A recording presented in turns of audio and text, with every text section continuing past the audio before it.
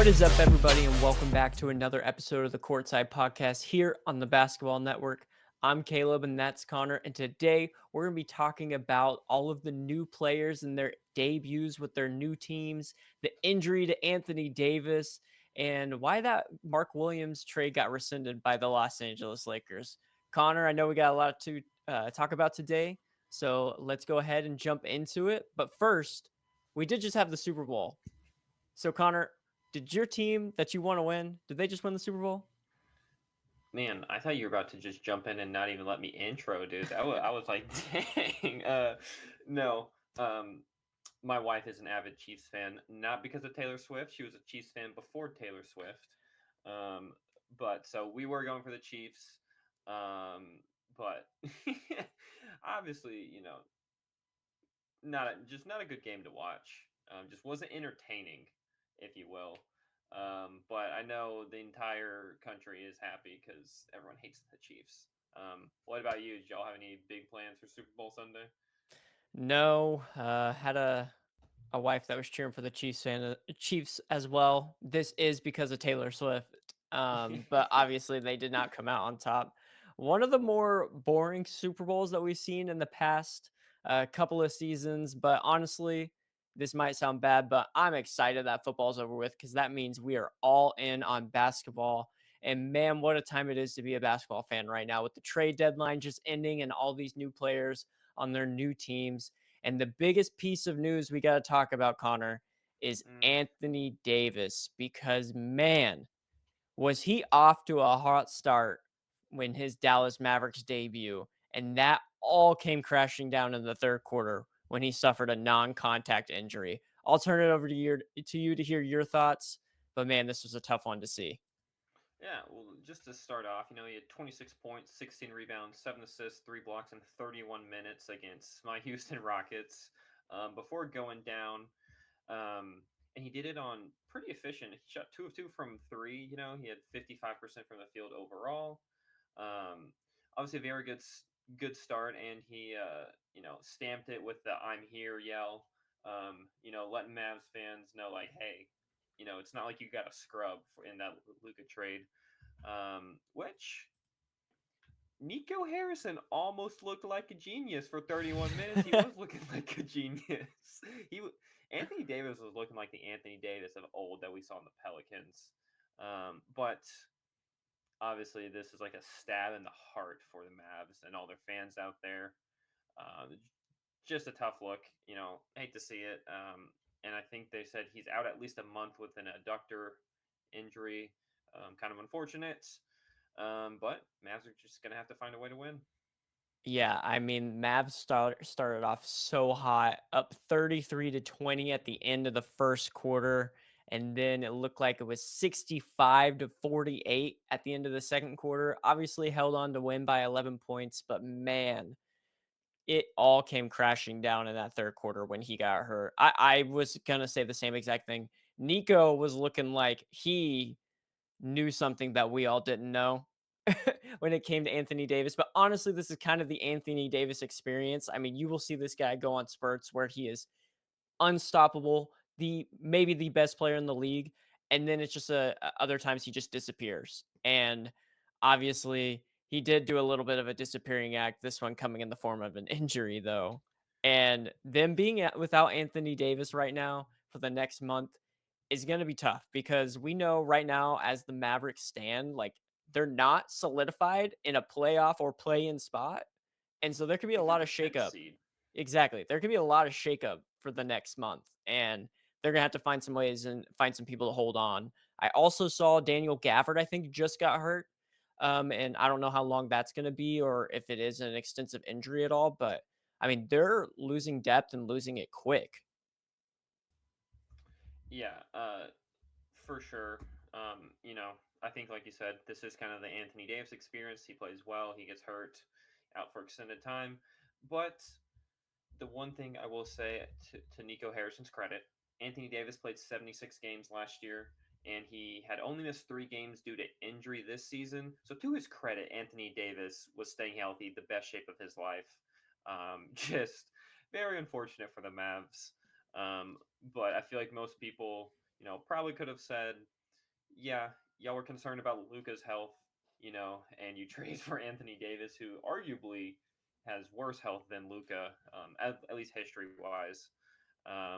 But I mean, yeah, I mean, Mavs are the 10th seed, and my thought is like, what happens if they're eliminated from the play-in by the time he gets back? I'm not sure if that's mathematically possible, but if they go on a decent losing streak here and it's starting to not look good, are they going to rush?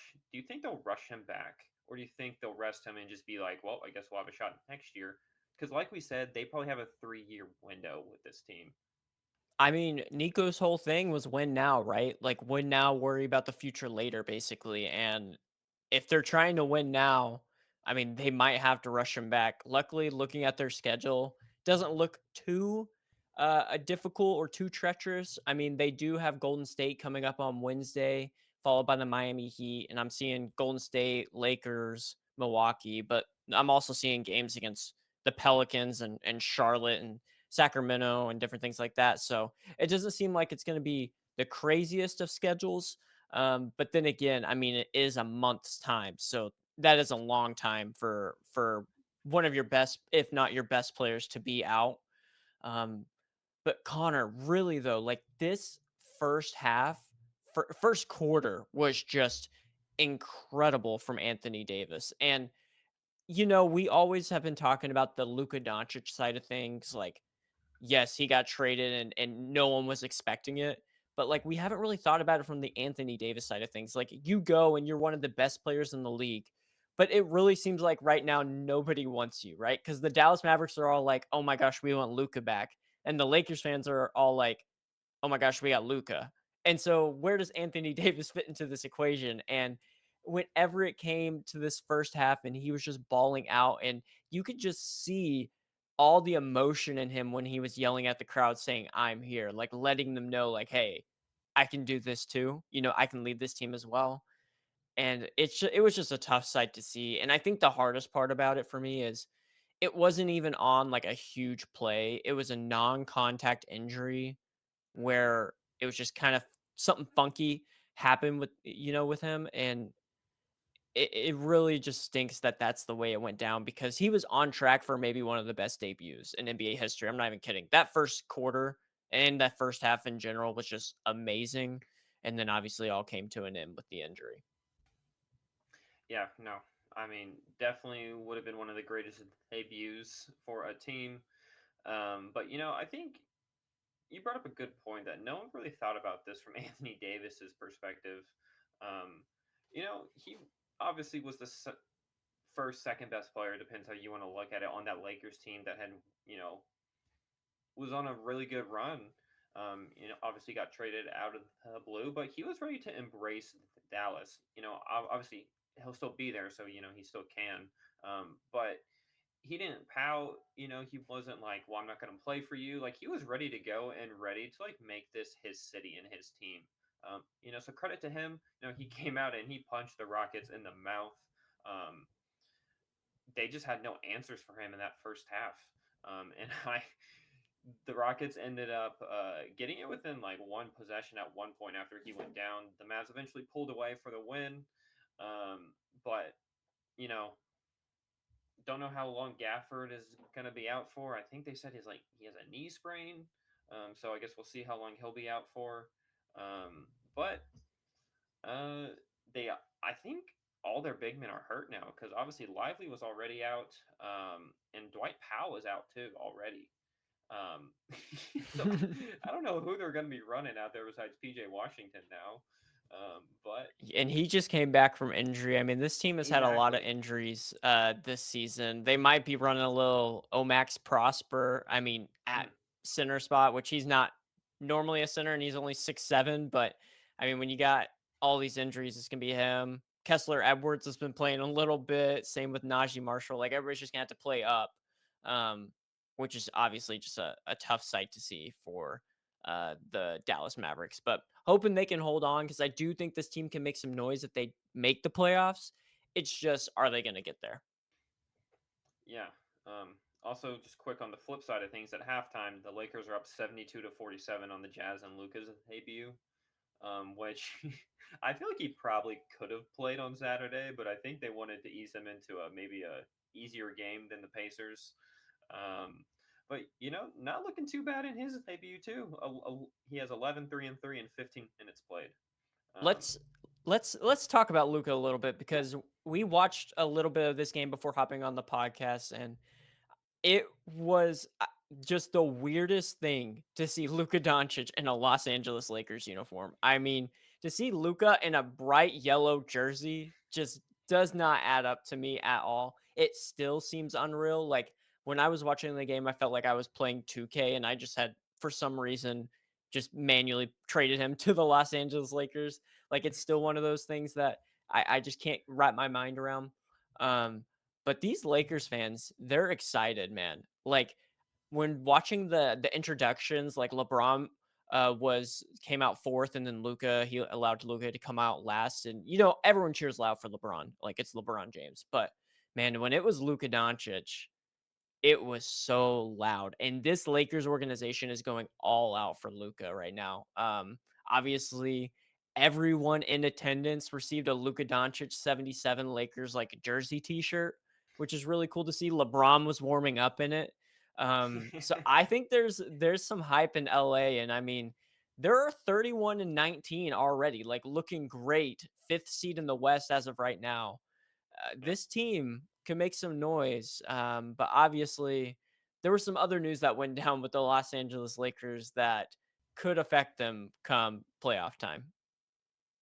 Yeah, obviously, I mean, anytime you're getting a top five player in the NBA, I hope that stadium is packed. I hope that city is excited. That does not happen in the way it does ever. Um, and so it's nice to see, that they're embracing him, which remains to be seen if Luca wants to actually commit to the Lakers long term, though. We'll probably see this summer if he ends up signing an extension or not. Um, but obviously, things are getting off to a good start for his career here. And I guess we'll see. One thing I will note, it's going to be interesting to see how the Lakers do come playoff time in a 7 game series. You know, it's one thing to win one game at a time, but when you have to play the same team and beat them 4 times, it's a lot different. I agree. And Connor, I think while we're here, let's talk about the elephant in the room. And that has to be the news that the trade between the Los Angeles Lakers and Charlotte Hornets for Mark Mhm. Williams was rescinded.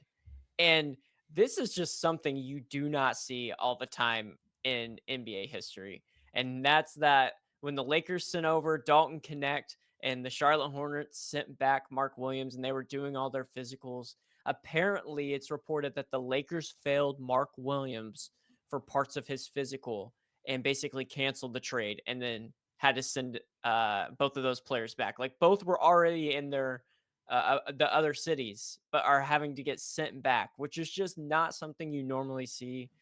But this brings up a big problem for the Lakers, don't you think? Because they do not have the best depth when it comes to the front court now. Like Mark Williams Oh, was supposed to be their guy. they arguably have the worst depth in the front court. And I think the biggest loser in all of this is Luca. You know, like he doesn't have a lob threat. You can say all you want about Jackson Hayes, but he's not. I think necessarily the player they need. Um, yeah, no, it's and what makes which I think important to note, it's not like the Lakers just failed him, because they're like, oh, he's hurt. Like they desperately needed him, and they were concerned enough to rescind the trade. So that's how you know something definitely was like a little fishy about the whole thing. But then it's also like, why did the Hornets even engage with this if they knew Williams wasn't going to pass his physical? Like, did they just think the Lakers were like desperate enough to, just not care about that? Like, it's just interesting, and it's going to be interesting to see how teams engage with the Hornets in the future. So there have actually been reports, and Shams just came out with a tweet a couple hours ago that the Charlotte Hornets have been in contact with the NBA as they explore options to dispute the Los Angeles Lakers' failed physical assessment of Mark Williams. So basically, obviously, this trade was nixed on Saturday, and the Hornets are now going down the options of whether or not they're gonna try and challenge this. So I think from the Hornets' perspective is they already provided the Lakers all the information before the trade was made. And so I don't necessarily know if there was something like the Lakers didn't ask and the Warriors, or not the Warriors, the Hornets held back, or what it was. But I agree on the talk about this is failing Luca, because I mean, if you're Luca Doncic, you're coming there like you're coming with the expectation of, okay, they just traded Anthony Davis. Everyone knows they have to go out and get a center. Now they're going to do it.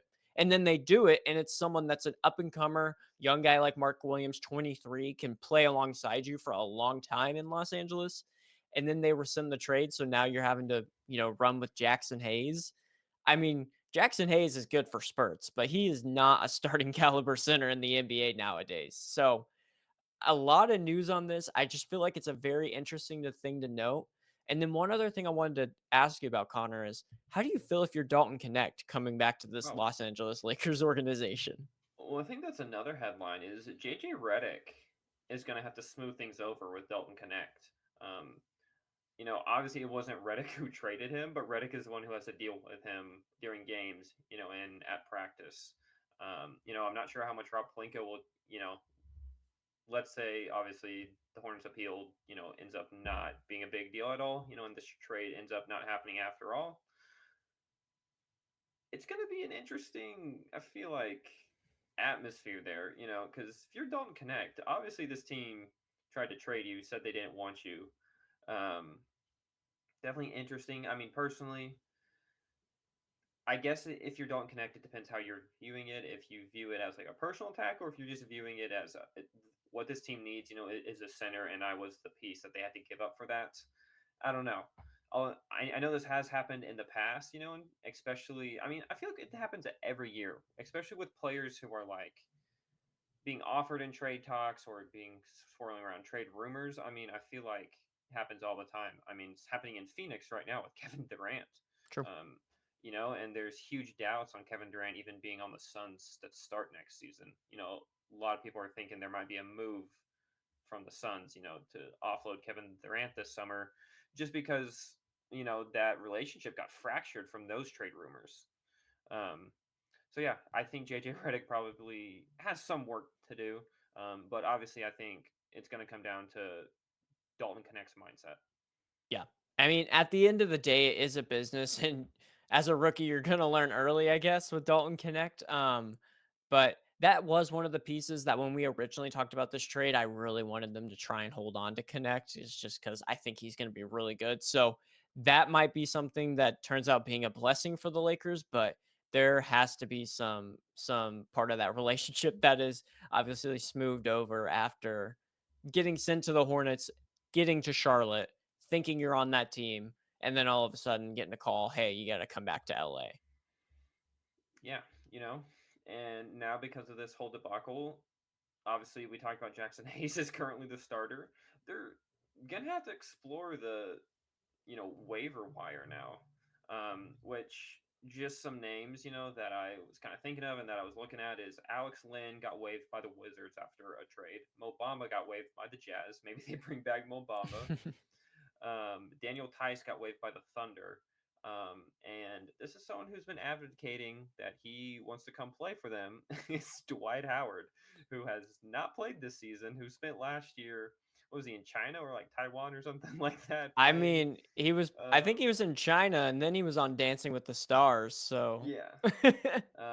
So we'll see what they do. I think those first, honestly, I like the first two names. Not sure how I feel about Daniel Tice very much, just because I think the other two are better for Luca's style of play. But we'll see. I'm not sure. Are there any other names you think that the Lakers could chase now that the trade deadline is passed?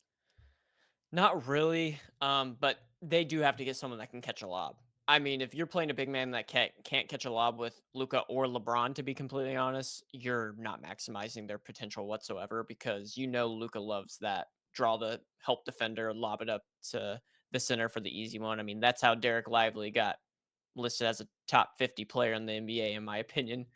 Obviously, Lively's a great player, but don't know if he's there just yet. So they need to get someone that can catch a lob. I think Jackson Hayes can be that guy. I just don't think he can be that guy for a 7-game series in the playoffs. Like, he's going to be that guy for your 15 minutes off the bench type thing.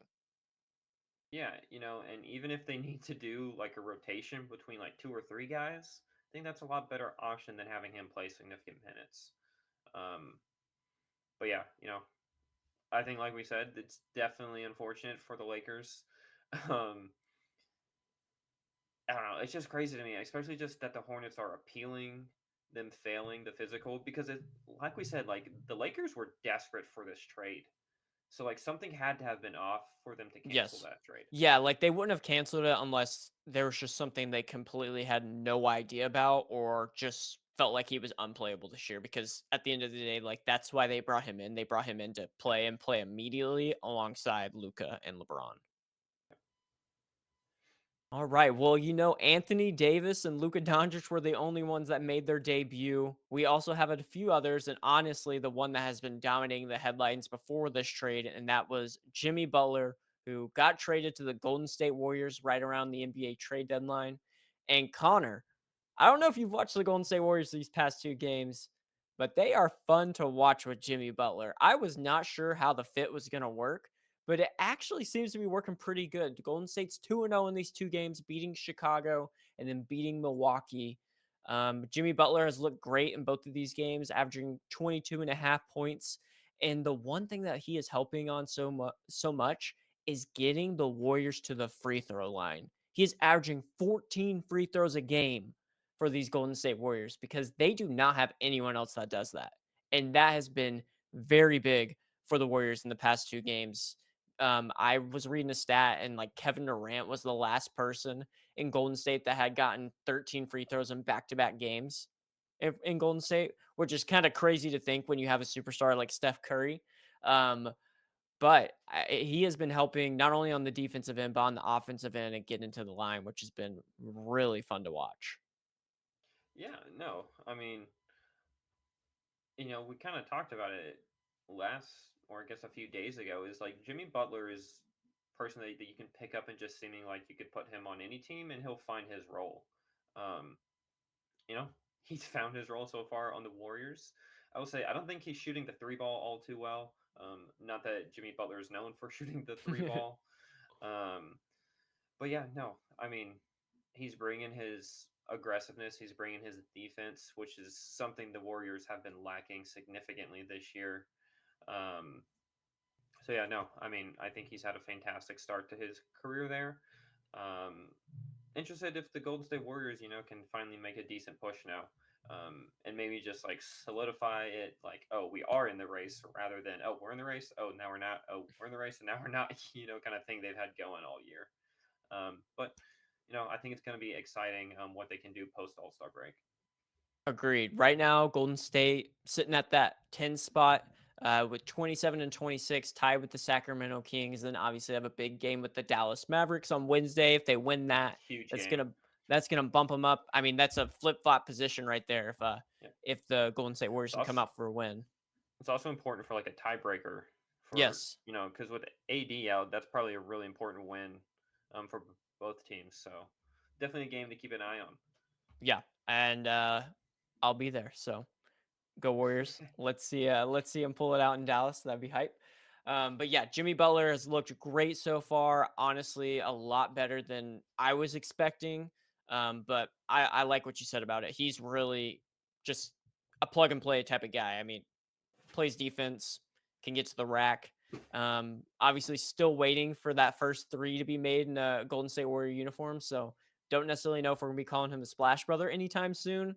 But he's doing exactly what he needs to for the Warriors, and 2-0 can't do any better than that to get started with your debut with the Warriors. All right, I know we got a couple of other players that have made their debuts and some notable ones. So Connor, I'm gonna send it over to you. Who do you want to talk about next, and who's impressed you in their first couple of games with their new team? Well, really the only one I think that has significantly impressed me was that DeAndre Hunter, which he's not putting up flashy stats. Which I mean, he's only played one game for the Cavaliers, but it was a pretty good game. 12 points, one rebound, one steal. But he did what he was supposed to. They brought him in. They're not asking him to average 20 points a game. They're not asking him to carry the offensive load at all. What they need him to do is, hey, we need you to play defense and we need you to knock down threes for us. That's what he did. And I'm not sure if you saw the stats, but the Cavs in the first quarter, the Minnesota Timberwolves missed their first 16 shots. They didn't score until they were under the 5 minute mark. Like they didn't make a basket. And the Cavs jumped up to a 16-0 lead. Um, yeah, it was a pretty embarrassing display, but I think like this is what they need from Hunter. They need defense and they need someone who can help space the floor at the same time. Like we talked about, they had guys who could shoot but couldn't play defense. They had guys who could play defense but couldn't shoot. And he's bringing both of those, and he fit in seamlessly. And like, if I am the East, I am even more terrified of the Cavs than like I already was. I 100% agree. Basically what I think of DeAndre Hunter is they traded Niang and they traded Levert, and which were two guys which were well known for, their shooting ability and scoring, and got DeAndre Hunter who could do that and more. I mean, in my opinion, he's basically like taking Levert and taking Okoro, who they still have, and putting him together, and just a little better maybe on both sides. You know what I'm saying? Like, he is definitely that missing piece when it comes to just being that lockdown defender, and that's exactly what Kenny Atkinson had said was his primary responsibility, was to guard the other team's best player. And when you're doing that, I mean, you already have Donovan Mitchell and Darius Garland, Evan Mobley, all the guys that can go get a bucket at will. All you have to do is just play great defense, and then, like you said, Connor, hit the open three. And obviously going 3 for 4, shooting 75% in his first outing with the Cleveland Cavaliers, and helping them, win the game by, I think it was 21 points.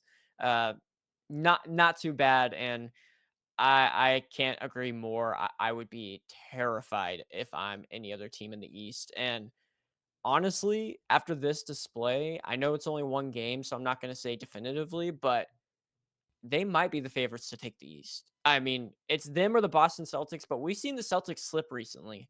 And now it's looking like maybe it's the Cavs that are ready to take the mantle and, be the front runner in the East, and might match up with the Oklahoma City Thunder, who seem to be like the front runner in the West right now as well. Oh, I mean, the West is the Thunder's to lose this year. But I mean, this move by the Cavs to acquire him is a championship level move. Like this is a move that can help you win a championship. Um, so yeah, I mean, I don't think there's a whole lot more that we can say besides the fact that this was a genius move. Um, and it's one game, but it's worked out well. But if this is what is going to be like a night in and night out thing for the Cavs, I mean I'm right there with you. Cavs are the favorites to come out from the East. Which I will say it is important to note the Cavs were not playing too well before this trade. They had dropped a lot of games, and honestly, they started to look very beatable the last 10 games or so. A lot of teams were exploiting their defense, especially on the wing.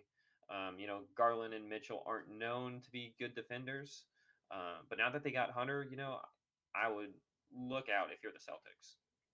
Yeah, I 100% agree. But that's not the only one that had another debut. We've had someone that's actually played 4 games for their team, and that's De'Aaron Fox with the San Antonio Spurs. And in that spurt, the Spurs have gone 2-2, but they've been right there in every single game. So beat Atlanta, beat Washington, and took a tough loss to Orlando and Charlotte. And I would say De'Aaron Fox has been a little up and down, but you can see the potential in the duo with De'Aaron Fox and Victor Wembanyama, wouldn't you say? Yeah, but they do not look like a playoff team right now. I know you said they're 2-2. Those two wins were against the Wizards and the Hawks. And then their two losses are against the Hornets, which are arguably, not arguably, they are one of the worst teams in the league. And the Magic, who have not been playing well at all since, even though they have, their two stars back, they have not been the same since Jalen Suggs went down. Just a little interesting note there. But I'm not so sure. I know that like we were really excited about this trade. Obviously, we were like, this is a sign. Oh, the Spurs are pushing. Like, they're gonna win now. Hasn't really looked like a win now formula just yet. I think that has a lot to do with Fox's shooting, to be honest. Yeah, He has what not 27% yeah, he from has three? not shot the ball well. I mean, I think he's 5 for 16 from 3 right now in his 4 games with the Spurs. So not looking great there, and even from the field goal percentage, I mean, he's in the 40s, which isn't bad, but I truly just think they're still meshing together. I think we might have been a little fast to jump the gun and say they're pushing for the playoffs now. Can they still make it? Yes. I mean, it's obviously a possibility, but good thing to note about their 2 losses. Yes, they came from 2 teams that aren't necessarily the best or aren't playing well right now, but both of the losses were by 1 point. So combined 2 points and 2 losses.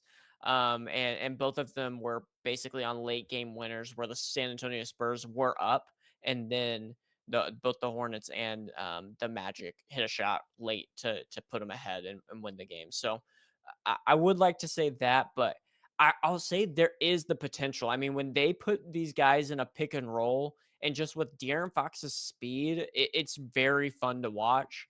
I think this could be a great team going forward and later on and probably in the seasons to come. So maybe not this year, but I just really like what I see in terms of the potential between the two. Also, Victor Wembanyama is just, I mean, he's just insane. It's getting unreal to the point. I mean, today in the game against the Wizards, he hit back to back to back to back threes with a one-legged fadeaway step back jumper in the middle of it. I mean, it was like 5 consecutive shots that he hit against the Wizards, and it's just like, this is unfair. What are you supposed to do? I mean, he is the most unique 7'4" player that I've seen, both highlights and in person, to be completely honest. Yeah, you know, um, one thing just to go back to Fox before talking about Wembenyama. He's never gonna be a good shooter. Like they did not bring him in to be a knockdown 3-point shooter. The highest he's ever shot is 37% his sophomore year in the league. Um, so like I don't think that's what they want him to do. Honestly, I think the best thing for Fox is maybe to tone down the 3-point attempts, so maybe he doesn't shoot as much, and maybe raise his percentage up a little bit. But that pick and no, I'm right there with you. The pick and roll with them two is what I feel like we expected the Chris Paul pick and roll with Wembanyama to be. Which maybe if Chris Paul was 10 years younger, you know, it's what it would be. But a 40-year-old Chris Paul, just might not have it in him still. Not to say that he cannot be a great mentor for Fox and Stephon Castle still. Um, but man, yeah, I mean, when Wembanyama is on, like, there's just nothing that you can do. Like, there's just so few players in the league who can even keep up with him when he's on fire. You know, especially like if you're the Wizards, like you're already the worst team in the league, maybe in NBA history. Like, there's just nothing that you can do. Yeah, Like, who are you gonna put out on him? it's incredible, what Victor Wembanyama is able to do. And hey, I mean, to your point, maybe Fox shouldn't shoot the threes and just let Victor do all of them. Maybe Fox should be the guy that finishes at the rim and Victor's the one that shoots the threes. I mean, at this point, it's crazy. Victor was struggling from 3 the past couple of games, but that first quarter, man, I mean, it was phenomenal. So, I just think this is definitely a trade for the future, maybe not as much in the present as we thought, but there's still been some exciting moments, and I think they can make a playoff push, but it's looking more realistic, like it's gonna come in the seasons, to come. Yeah, no. I mean, once again, I mean they're right there in the play-in, so definitely like not out of the picture. But I'm right there with you. I'm excited for the next couple years, and when Wembenyama finally puts it together to play consistently, where he's knocking down shot after shot after shot, I think the Spurs are going to be a force to reckon with. Very true, very true. Well, we got a few others that we'll talk about in terms of notable debuts. I think the next one we should mention is Zach Levine with the Sacramento Kings. He's played 3 games so far, and they actually didn't get their first win until Sunday evening against the New Orleans Pelicans. It it just to me, Connor, it just seems like we just put Zach Levine back with DeMar DeRozan, and the same exact thing happened that was happening in I Chicago. literally my note, like the only thing I have on my notes is the Zach Levine trade on the Kings has gone exactly as expected. um, which I will say their one win did come from DeMar DeRozan hitting a last second shot, or not last second, but a game winning shot with like a second left on the clock against the Mavs. Um, Well, and which it was, and DeMar DeRozan, he hit the shot to take it to overtime, and then he hit the shot to win it you know, in um, overtime against the Mavs. Yeah. I, the DeMar DeRozan is such a puzzling player to me. I feel like he's still like he should not be good in today's NBA, but he's still good and he's still scoring 22 points a game. But in terms of Zach Levine, he's not shooting well. You know, he's shooting a lot. He's shooting 41% and then 20% from three, which is a big reason why the Kings brought him in was because he was shooting well from three this year. And he's just not done that. He's not done what they needed him to do. And once again, only 3 games. Maybe he turns around as he gets more comfortable. But so far, this is not looking good for the Kings. Yeah. It seems like it's a common theme from all of these guys, to be completely honest, where they're struggling a little bit shooting to start. And I don't know if it's something like trying to get used to the building or anything like that. I mean, obviously, all arenas are a little different, so that could have something to do with it. Maybe the nerves of being on a new team, but I mean, you're in the NBA. I don't really know how much that should get to you. But yeah, I mean, Levine was having a career year in terms of shooting, specifically from the 3-point line, and he is 4 for 20 so far with the Sacramento Kings. In three So games. yeah, yeah. So it's not like he's not taking them. He's taking them. He's just not making them. And then obviously it's not it doesn't bring a whole lot anywhere else. I mean, you get Zach Levine for his scoring, and it still seems like, DeMar DeRozan's kind of the guy now with Sacramento, especially after De'Aaron Fox has left. And I mean, kudos to them for getting that win, but we need Zach Levine to pick up the shooting a little more if it's gonna work out as they hope it's gonna work out. But I'm right there with you. It just kind of looks like exactly what we expected. This might be Chicago all over again, just with a better big man in Demontis Sabonis. I, also, Malik Monk has had a really good year as well. I feel like he's flown under the radar a lot. Um, and I feel like the Zach Levine trade is just taken away from his shots. You know, just I don't know. I just don't think. And maybe once again, maybe it's just a comfortable thing. Um, but it's kind of looking like this second half of the season is going to be inefficient Zach Levine once again, which we finally thought we got rid of. We thought he was going to be efficient scorer like he's been all year, and then these 3 games have just been discouraging from an efficiency standpoint for Levine. He has, I mean, been scoring 19 points per game. Not sure if that's a testament to how well he's played or just him taking a lot of shots. So I think it's a little bit of the latter.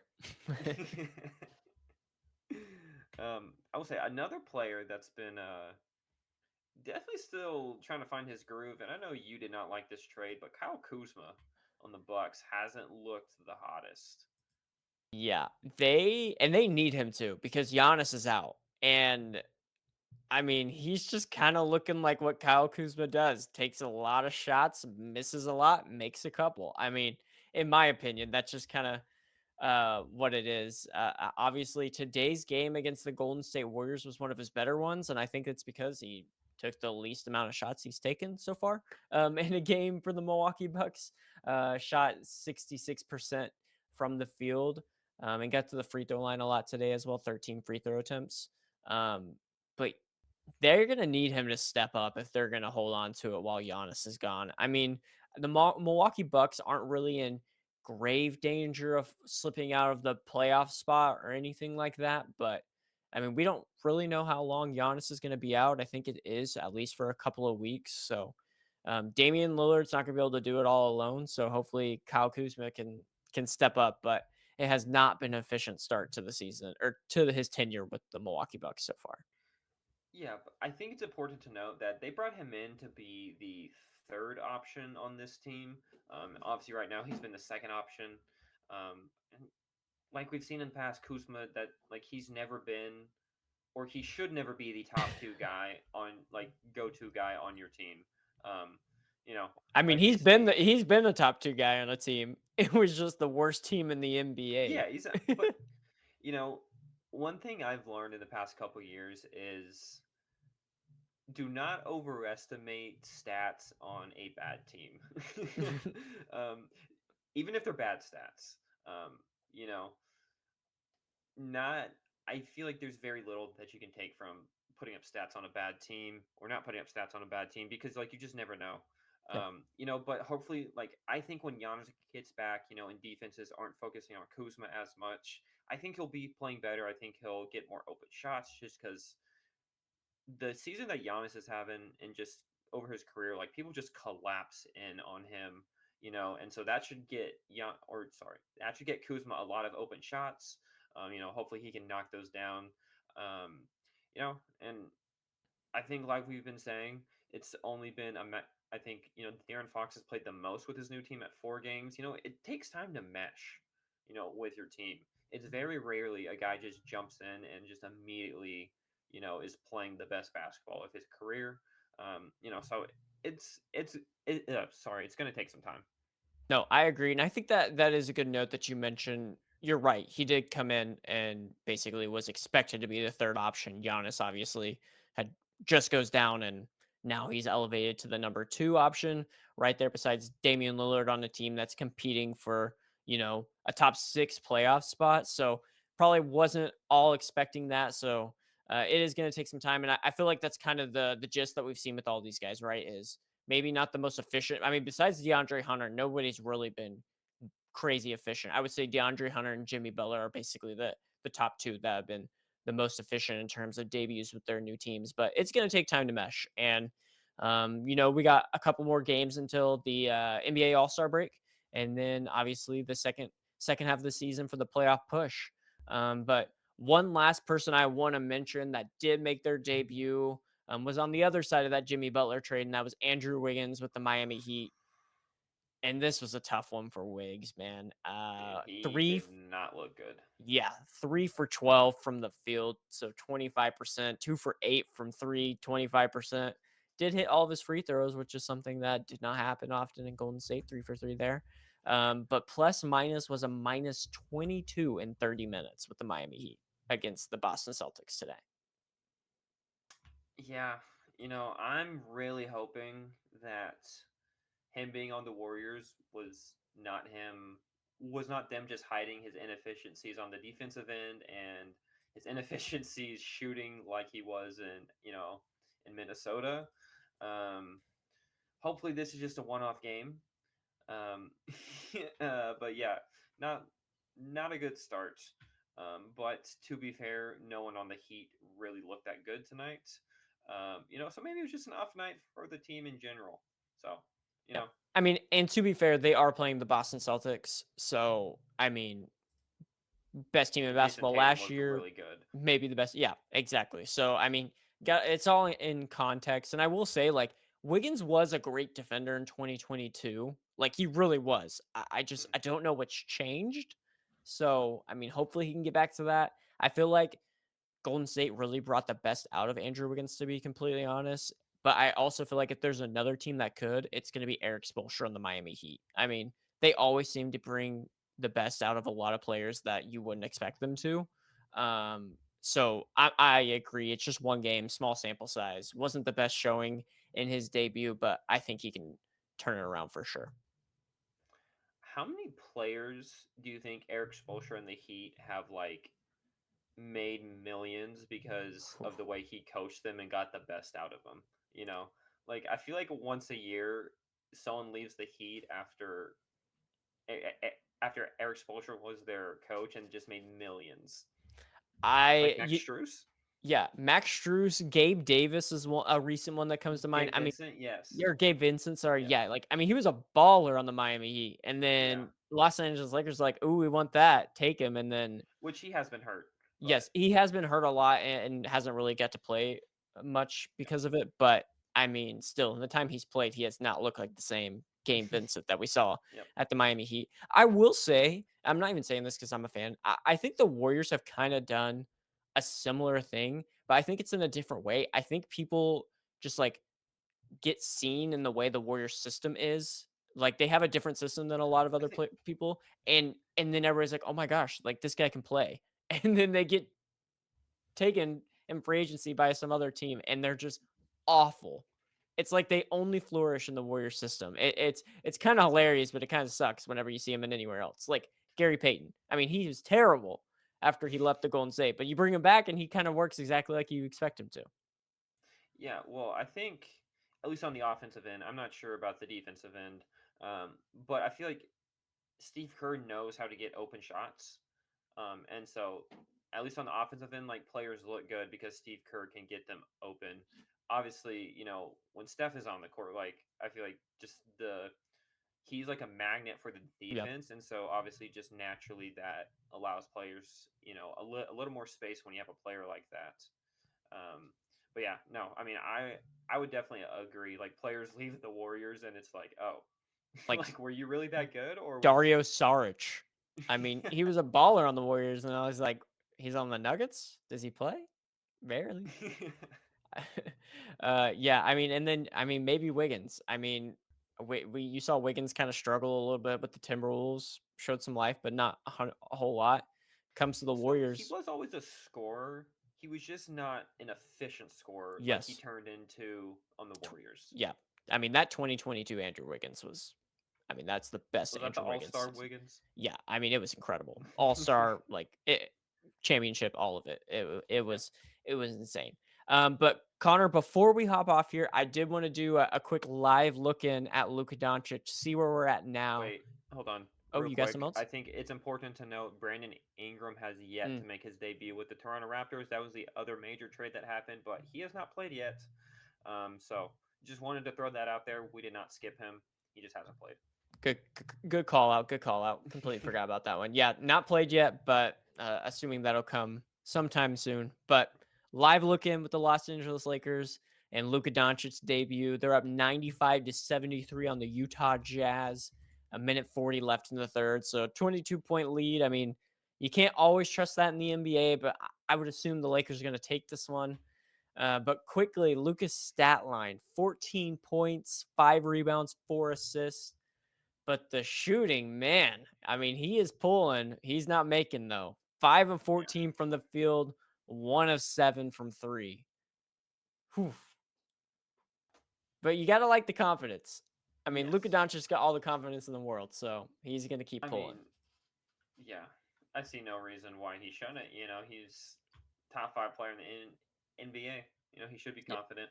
for sure. Do you And think he right now? Do you obviously it's his first game back? Do you think he's trying to kind of be like a look what you lost kind of game, even though they're not playing them? Do you think there's still a little bit of that currently? I mean, there's got to be, right?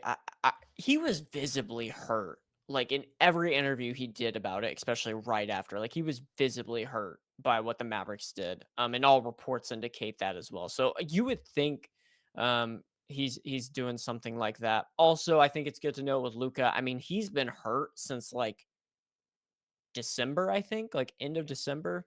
So, I mean, this is also not only first game back or first game with the Los Angeles Lakers, it's first game back from injury as well. So that could be a contributing factor for some of the shooting woes that he might be having. But all in all, I mean, your team's up 27. You scored in double digits and made some highlight plays. I think it's a decent debut for Luca, and there's no worries on my end that he's not going to turn it around.